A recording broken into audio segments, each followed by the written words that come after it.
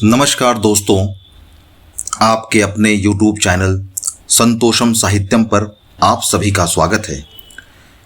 मेरे आज के इस वीडियो का शीर्षक है कविता क्या है।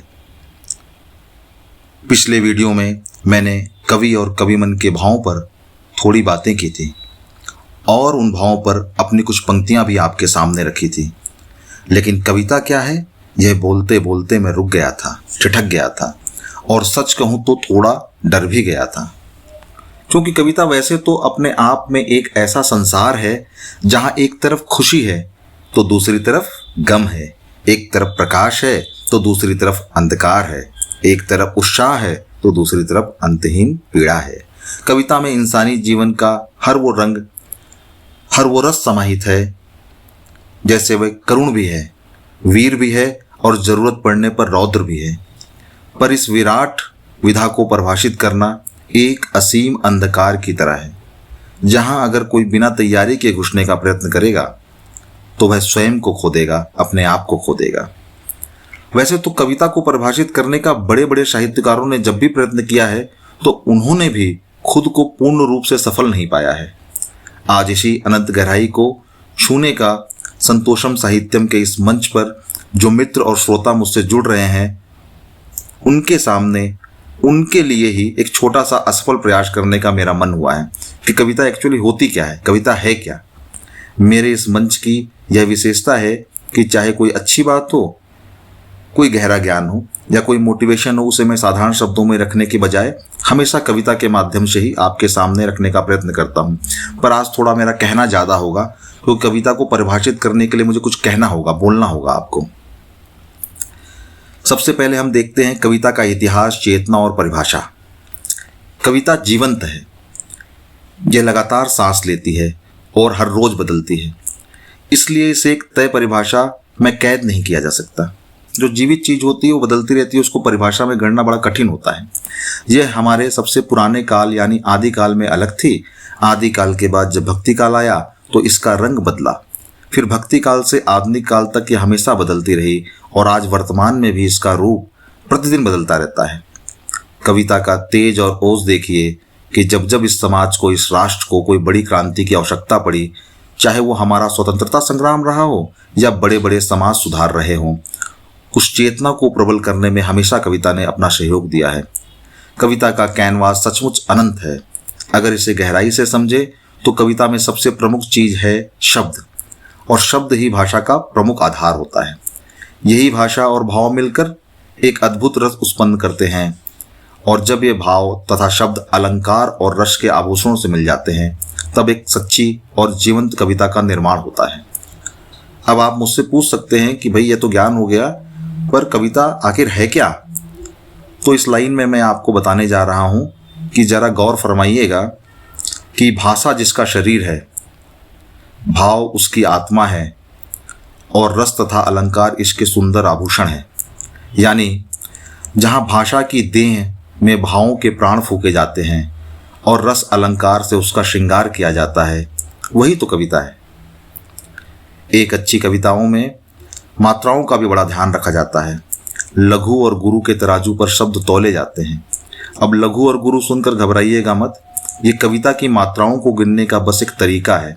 लघु का मतलब होता है एक और गुरु का मतलब होता है दो, एक मात्रा और दो मात्रा, ऐसे गिना जाता है। इसी तरह से कविता की मात्राएं गिनी जाती हैं। और ठीक इसी तरह जब हम गजल के अनुशासन की बात करते हैं तो वहां हम अक्षरों को गिना करते हैं। गजल में हमारी गिनती अक्षरों के वजन की होती है, जिसके ताल पर शेर कहे जाते हैं।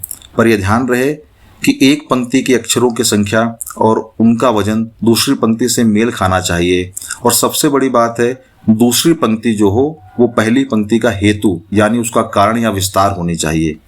यही संतुलित कविता और गजल को सुंदर बनाती है। कविता को समझना और समझाना कठिन है। इसका अंदाजा इस बात से आप लगा सकते हैं कि हिंदी साहित्य के पुरोधा आचार्य रामचंद्र शुक्ल ने 20वीं शताब्दी की शुरुआत में एक निबंध लिखना शुरू किया था। शीर्षक था कविता क्या है, और इसे लिखते, सुधारते और प्रकाशित करने में उन्हें लगभग 30 वर्ष लग गए थे। जिस महान साहित्यकार के चरणों की धूल के बराबर भी हम नहीं हैं, उन्हें ये समझाने में इतने साल लग गए कि कविता क्या है। तो आप समझ सकते हैं मैं कितनी बड़ी जुर्रत कर रहा हूँ जो आपको समझाने का प्रयत्न कर रहा हूँ कविता क्या है। इस विधा को परिभाषित करने का प्रयास दुनिया भर में बीच बीच में कई लोगों ने किया है। महादेवी वर्मा ने अलग तरीके से रखा, कई इंग्लिश के, हिंदी के अलग अलग साहित्यकारों ने अलग अलग भाषा में अपनी बातों को रखने का प्रयत्न किया कि कविता क्या है। पाश्चात्य विचारकों ने भी, जैसे प्लेटो ने कहा था, कविता अनुकरण का अनुकरण है, यानी यह महज एक नकल है, इमिटेशन है। लेकिन ठीक उनके शिष्य अरस्तु ने अपने गुरु से अलग जाकर कहा कविता पुनः सृजन है, रिक्रिएशन है। अब देखिए जो मैं आपसे कह रहा था, देखिए गुरु और शिष्य के विचारों में ही कितना विरोधाभास है। इसलिए मैं कहता हूं, और अब आपको समझ में आया होगा कि मैंने क्यों कहा था कि कविता को परिभाषित किया ही नहीं जा सकता। जो शिष्य है वो अलग बात कर रहा है, अलग बात कह रहा है। बस जब इतने बड़े दार्शनिकों में एक राय नहीं बन पाई तो इसे किसी एक परिभाषा में कैसे बांधा जा सकता है। लेकिन जब मैं इस असीम सागर को समेटने की कोशिश करता हूँ तो मुझे 13वीं शताब्दी में हमारे अपने आचार्य विश्वनाथ जी का एक छोटा सा वाक्य जो मेरा सबसे प्रिय है और उनकी कृति साहित्य दर्पण से लिया गया है, उनका कहना था रसात्मकम वाक्यम काव्यम, अर्थात रस से युक्त वाक्य ही काव्य है। ये अपने आप में पूर्ण परिभाषा है या नहीं, मैं इस विवाद में बिल्कुल नहीं जाऊंगा, क्योंकि मैंने बार बार कहा है कि कविता की कोई परिभाषा संपूर्ण या अंतिम हो ही नहीं सकती। पर हाँ, मैं खुद को विश्वनाथ जी के इस विचार के सबसे करीब और नज़दीक पाता हूँ। कविता वह है जिसमें रस हो, और कवि वह है जो उस रस में, उस भाव में खुद भी डूब जाए और सामने वाले को भी सराबोर कर दे।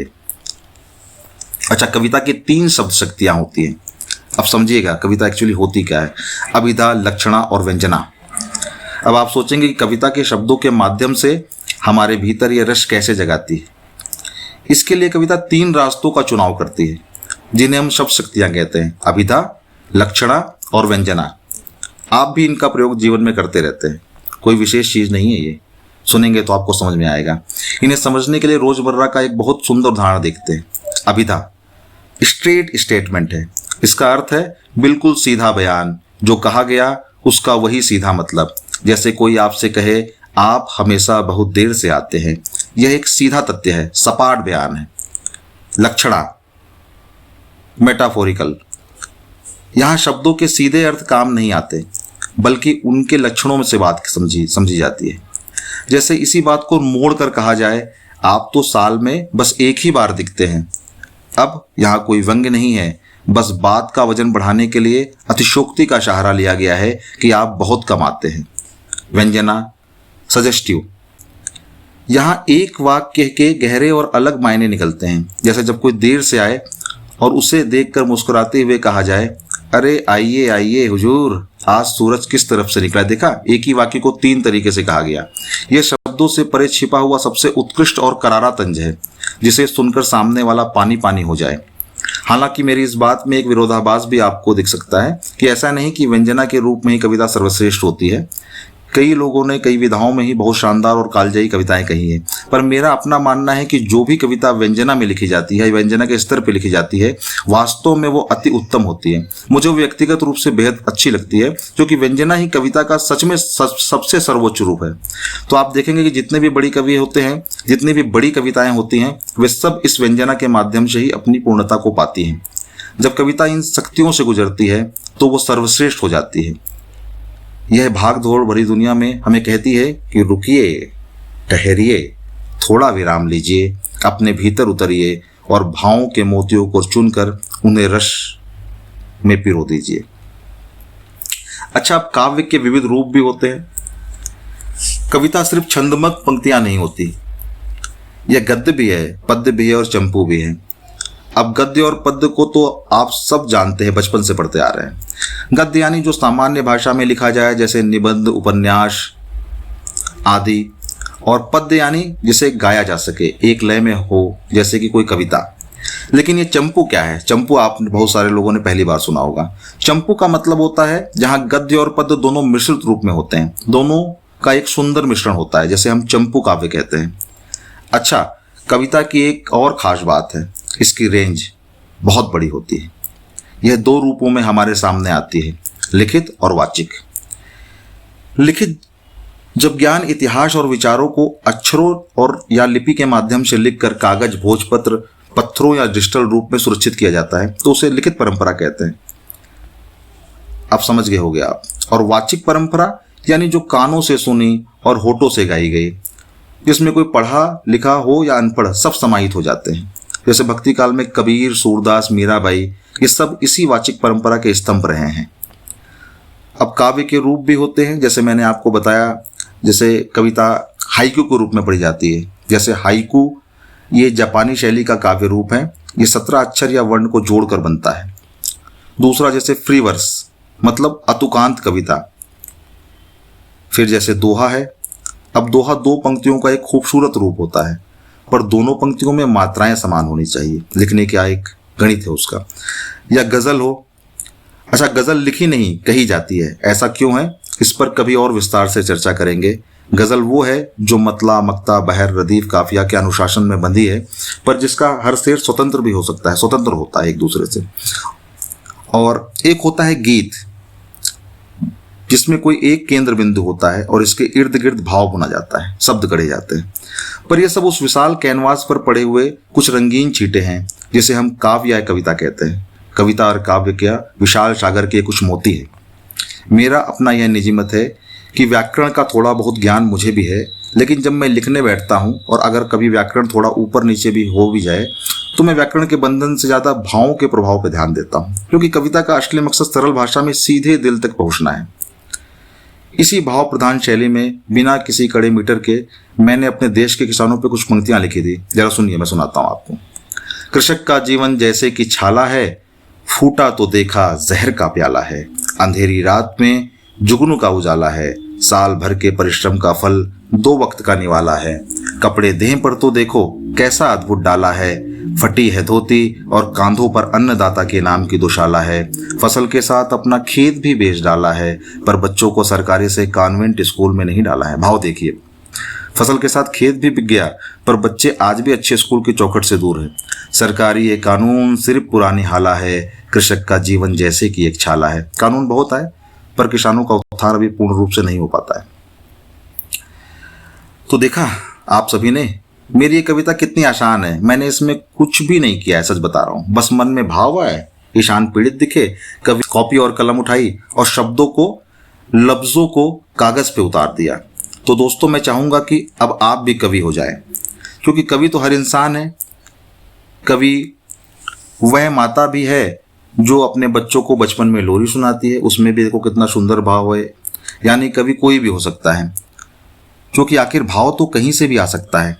अपने माता पिता को देखकर, पत्नी या प्रेमिका को देखकर, भाई को देखकर, खेतों में पसीना बहाते किसानों को देखकर, या फिर विशाल सागर और ऊंचे पर्वतों को देखकर आपके मन में जो भी भाव उत्पन्न हो, बस जरा ठहर कर उसे 2-4 पंक्तियों में ढाल दीजिए और आचार्य विश्वनाथ जी के रसात्मकम वाक्यम काव्यम को ध्यान में रखकर लोगों को सुनाइए। और मन करे तो मेरे कमेंट बॉक्स में भी सजा कीजिए। शब्दों में थोड़ा सा रस होगा तो आनंद ही आनंद आएगा।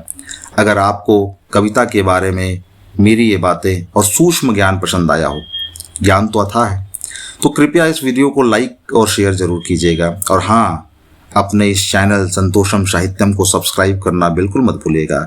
बहुत बहुत धन्यवाद दोस्तों, बहुत बहुत धन्यवाद मित्रों।